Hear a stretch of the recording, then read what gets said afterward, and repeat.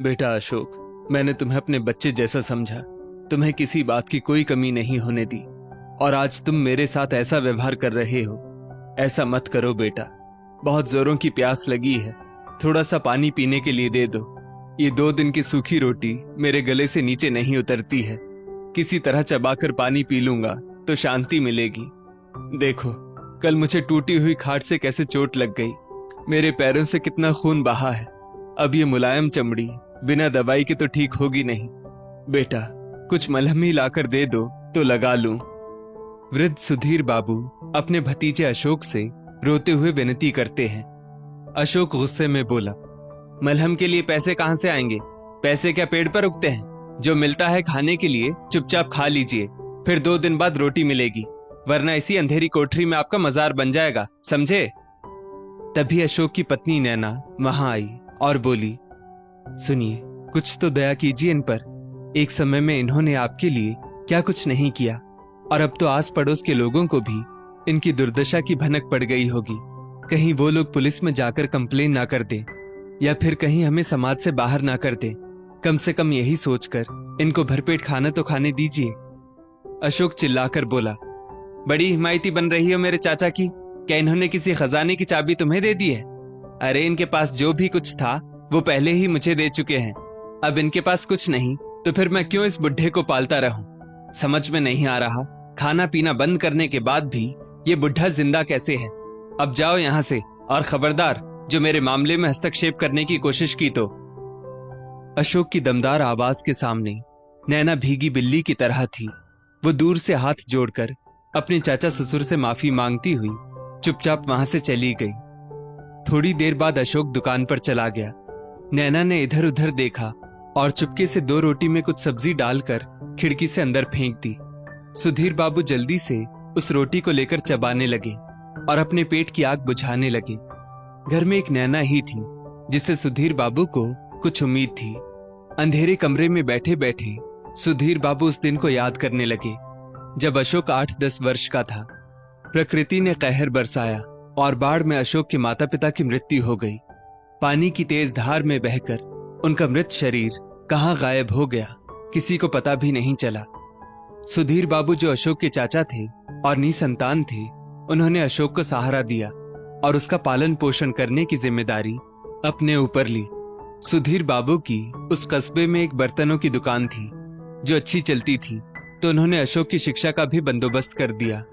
वो उसे किसी चीज की कभी कमी नहीं होने देते थे। जब उसने मैट्रिक पास की तो वो आगे बढ़कर सुधीर बाबू का काम में हाथ बटाने लगा। समय बीता। सुधीर बाबू ने एक योग्य कन्या नैना से अशोक की शादी करवा दी। समय रहते ही अशोक के 2 बच्चे भी हुए। जैसे जैसे बच्चे बड़े हो रहे थे, सुधीर बाबू की उम्र भी ढलती जा रही थी, और एक दिन उनकी पत्नी, जो अक्सर बीमार रहती थी, उनकी भी मृत्यु हो गई। तो दुखी सुधीर बाबू ने दुकान की सारी जिम्मेदारी अपनी मर्जी से अशोक के कंधों पर डाल दी। जैसे ही दुकान की बागडोर अशोक के हाथ में आई, उसके तो रंग ढंग ही बदल गए। अब वो रास्ते पर तन के चलता था, क्योंकि अब वो भी एक दुकान का मालिक था, जो उस कस्बे में बड़ी बात थी। एक दिन उसके सामने अचानक से एक बूढ़ा व्यक्ति आ गया, तो अशोक ने कहा, मरने के लिए तुम्हें मैं ही दिखा जो मेरी साइकिल के सामने आ गए? तुम्हें पता नहीं कि मैं एक दुकान का मालिक हूं? तुम जैसे बूढ़े आदमियों को तो जीने का कोई अधिकार ही नहीं होना चाहिए। तुम सब बोझ हो। अशोक ने अपनी गलती नहीं मानी और इतना कहकर आगे निकल गया। उसकी बातें सुनकर आसपास के लोग हैरान थे। तभी एक दुकानदार ने कहा, देखो तो, पैसे आ जाने से इंसान कितना बदल जाता है। यही लड़का एक वक्त 2 रोटी के लिए इधर उधर भटकता था। माँ बाप के जाने के बाद चाचा ने सहारा क्या दिया, इसके तो रंग ही बदल गए। पैसों की चमक और दुकान का मालिक होने के कारण अशोक के मन में दौलत पाने की और इच्छा जगने लगी। पैसे की तृष्णा ने उसे गलत मार्ग पर चलने के लिए प्रेरित कर दिया। एक रोज अशोक दुकान से जब घर आया तो सुधीर बाबू से बोला, चाचा जी, आप बहुत बीमार रहते हैं। सोचता हूँ आपकी एक 15 लाख की इंश्योरेंस करवा देता हूँ। कभी बीमार होंगे तो मुफ्त में आपका इलाज तो हो जाएगा, और मुफ्त में ना भी हो तो आप पर मैं पूरी दुनिया की दौलत लुटा सकता हूँ। सुधीर बाबू बहुत खुश हुए और बोले, बेटा, तुम मेरे अपने बेटे ना होकर भी मेरे अपने हो और मेरे बारे में कितना सोचते हो। बताओ मुझे क्या करना है। अशोक ने कुछ कागज निकाले और बोला, चाचा जी बस इस पर दस्तखत कर दीजिए, इसकी कुछ राशि जमा करनी होगी, वो मैं कर दूंगा। इतना कहकर उसने सुधीर बाबू से उस कागज पर और दुकान और घर के कागजातों पर भी दस्तखत करवा लिए। कई किश्तों की राशि जमा करने के बाद एक दिन अशोक सोचने लगा कि कैसे जल्दी से जल्दी वो 15 लाख का चेक उसके हाथ में आए। इसी लालच में उसने सुधीर बाबू के साथ बुरा व्यवहार करना शुरू कर दिया और उन्हें यातनाएं देने लगा। जब भी सुधीर बाबू खाने के लिए बैठते, वो उनकी थाली से एक एक करके रोटी कम करने लगा और बोला, अरे चाचा जी इतना खाओगे तो कैसे पचेगा, एक रोटी कम कर दो। शाम में जब सुधीर बाबू चाय पीने लगे तो उनके हाथों से कप लेकर वो बोला, नैना चाचा जी को दूध की चाय मत दिया करो, बुढ़ापे में दूध जल्दी हजम नहीं होता है, तो अब चाचा जी का खाना पीना कम कर दो। नैना हैरान थी। वो बेचारी सीधी सादी युवती थी, पति के सामने उसकी कुछ चलती नहीं थी, तो वो चुपचाप सिर झुकाकर पति की हर बात मान लेती थी। फिर अशोक के ना रहने पर चोरी छिपे वो सुधीर बाबू को कुछ न कुछ खाने को दे दिया करती थी। इतने पर भी जब सुधीर बाबू टिके हुए थे तो ये बात अशोक से हजम नहीं हो रही थी। उसने उन्हें एक कमरे में बंद कर दिया और बोला, चाचा जी अब आप इस कमरे से बाहर नहीं निकलेंगे, जो भी आपको चाहिए होगा यहाँ मिल जाएगा, और खबरदार जो मेरी इजाजत के बिना इस कमरे से बाहर आए तो। सुधीर बाबू रोते चिल्लाते हुए बोले, बेटा तुम मेरे साथ ऐसा क्यों कर रहे हो, आखिर मैंने क्या गलती कर दी। पर अशोक तो उनकी एक बात नहीं सुनता और उसने उन्हें कैदियों की तरह घर में रहने पर विवश कर दिया। कुछ ही समय बाद सुधीर बाबू का हुलिया ही बदल गया। बढ़े हुए बाल, बड़ी हुई दाढ़ी और मैले कुचैले कपड़ों में वो बिल्कुल भिखारी की तरह दिखते थे। अब तो उन्हें किसी से मिलने भी नहीं दिया जाता था। एक रोज सुधीर बाबू ने अशोक से विनती की, बेटा इस कमरे में बहुत मच्छर है, बहुत अंधेरा है, एक बल्ब भी लगा दो, और तुम मेरे खाने में कटौती क्यों कर रहे हो, आखिर बात क्या है। अशोक बोला, दुकान नहीं चल रही है, पूरा व्यापार चौपट हो गया है और आपको खाने की पड़ी है। करीब एक हफ्ते से दुकान में बोहनी तक नहीं हुई है। तंगी और दुख तकलीफ झेलते झेलते मेरी हालत खराब हो रही है और आपको बिजली और बल्ब की पड़ी है। समय बीता।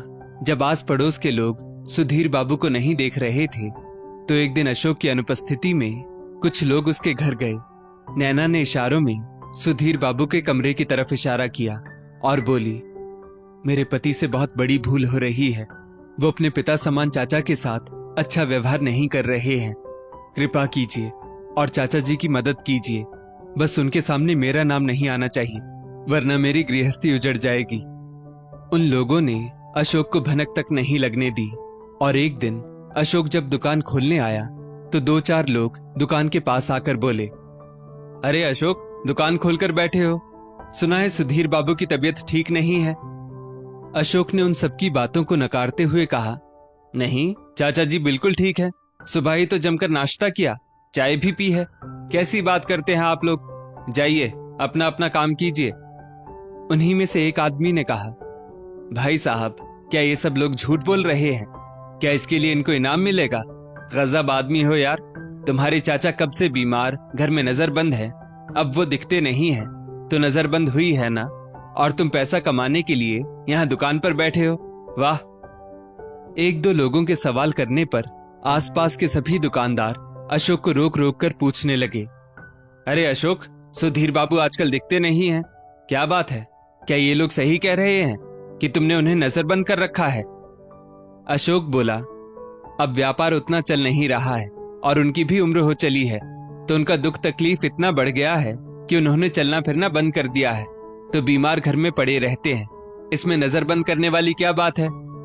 इस पर पड़ोसियों ने कहा, इलाज करवा रहे हैं या ऐसे ही छोड़ दिया। अशोक बोला, नहीं नहीं इलाज करवा रहा हूं, यहां तक कि उनका इंश्योरेंस भी करवा कर रखा है। एक पड़ोसी ने कहा, उस इंश्योरेंस का चेक तो तुम्हें ही मिलेगा, क्योंकि बीमा धारक की मौत के बाद पैसे नॉमिनी को ही मिलते हैं, और नॉमिनी में तो सुधीर बाबू ने तुम्हारा ही नाम दिया होगा। अब उन्होंने इतना किया है तो उनकी सेवा करो, ये नहीं कि नॉमिनी के पैसों के चलते अपने चाचा को सूली पर लटका देना। लोगों से अशोक का आचरण छुपा हुआ नहीं था।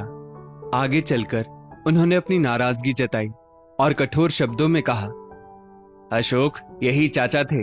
जब तुम अनाथ हो गए थे तो तुम्हारा पालन पोषण करके तुम्हें बड़ा किया था, तुम्हें पढ़ाया लिखाया, तुम्हारा घर बसाया, और आज जब वो गंभीर रूप से बीमार हैं तो तुम उनका इलाज भी नहीं करवा रहे हो। आज तक तो हमने कभी किसी डॉक्टर वैद्य को तुम्हारे घर आते जाते नहीं देखा, फिर तुम कैसे कह रहे हो कि वो ठीक हैं? क्या तुमने उन्हें मरने के लिए छोड़ दिया है? बताओ भाइयों, यही दिन देखने के लिए बेचारे सुधीर बाबू ने इसे सहारा दिया था। छी छी छी, लालच में आकर तुमने अपने पिता समान चाचा की ऐसी दुर्दशा कर दी।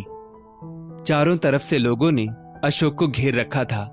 अशोक हैरानी से उनको देखने लगा और बोला, आप लोगों को कैसे पता चला? सभी लोग कहने लगे, सुधीर बाबू के अच्छे व्यवहार के कारण आज तक हम तुम्हारी बदतमीजी बर्दाश्त कर रहे थे, पर अब नहीं। अगर तुमने सुधीर बाबू को उस कोठरी से बाहर नहीं निकाला तो पुलिस में तुम्हारी कंप्लेन करेंगे। अरे शर्म करो, जिस आदमी ने तुम्हें अपने बच्चों की तरह पाला, तुमने उसकी ऐसी दुर्दशा कर दी। उस भीड़ में एक दबंग आदमी था। उसने कहा, तुम आदमी नहीं, आस्तीन के सांप हो। जिसने तुमको सहारा देकर इस धरती पर खड़ा किया, उसी को डसने के लिए तैयार हो गए। अरे शर्म करो, तुम्हारे भी बच्चे हैं।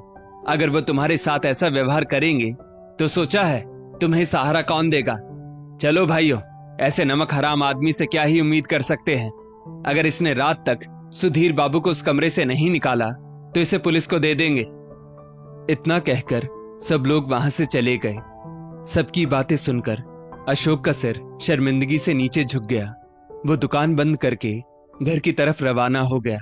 जब घर पहुंचा तो वो नैना से बोला, नैना, चाचा जी के कमरे का दरवाजा खोल दो। नैना एक पल को ठहरी, फिर बोली, क्या सच में? अशोक ने हाँ में सिर हिलाया। नैना बोली, ये आपने बहुत अच्छा फैसला लिया, वरना कहीं इन्हें कुछ हो जाता तो सोचिए हमें कितना बड़ा पाप लगता। जिन्होंने आपको पाल पोस कर बड़ा किया, पढ़ाया लिखाया, उनके साथ ऐसा व्यवहार करना आपको शोभा नहीं देता। इन्होंने तो मेरी भी जिंदगी बनाई है, जो आपके साथ मेरा रिश्ता करवाया, वरना मुझ जैसी गरीब को कौन पूछने वाला था। मैं अभी चाचा जी को बाहर लाती हूं। इतना कहकर नैना ने कमरे का दरवाजा खोला और सहारा देकर सुधीर बाबू को कमरे से बाहर निकाला। फिर गर्म पानी करके उनके हाथ पैर धुलवाए, उन्हें स्नान करवाया, उनकी चोट पर मरहम लगाया। सुधीर बाबू कांपते हुए हाथों से नैना के सिर पर हाथ रखकर आशीर्वाद देने लगे। वहीं दूर अशोक शर्मिंदगी से अपना सिर झुकाए खड़ा था। अशोक बाबू ने इशारे से उसे अपने पास बुलाया और बोले, बेटा, मैं जानता हूं लालच बहुत बुरी बला है। वो अच्छे से अच्छे लोगों को भी गलत रास्ते पर ले आता है, पर तुम्हें किस बात की कमी थी? एक अच्छी पत्नी, अच्छा परिवार और खाने पीने लायक पैसा तो था ही। मैं जानता हूं तुम मेरे इंश्योरेंस के पैसे के लिए ये सब कर रहे थे, पर बेटा, वो तो जब मैं मरूंगा तो तुम्हें ही मिलेगा। पर मुझे जीते जी मार कर उन पैसों पर क्या तुम सुख भोग पाते? क्या तुम चैन की नींद सो पाते? अशोक सुधीर बाबू के पैर पड़कर फूट फूट कर रोने लगा और बोला, चाचा जी, मुझे माफ कर दीजिए। लालच ने मुझे अंधा कर दिया था। मैं अपने किए की सजा खुद को जरूर दूंगा, और आपके इंश्योरेंस के पैसे जो भी आएंगे मैं उन्हें कभी हाथ नहीं लगाऊंगा, ये वादा करता हूं। सुधीर बाबू ने अपना हृदय बड़ा किया और अशोक को माफ कर दिया। अब उनके मन में कोई परेशानी नहीं थी। तो कुछ महीने बाद उन्होंने अपने इंश्योरेंस के पैसों में नॉमिनी का नाम बदलने का फैसला किया और अशोक की जगह नैना का नाम डाल दिया। अपनी जिम्मेदारी पूरी करने के करीब 2 महीने बाद सुधीर बाबू एक रात जो सोए तो फिर कभी नहीं जागे।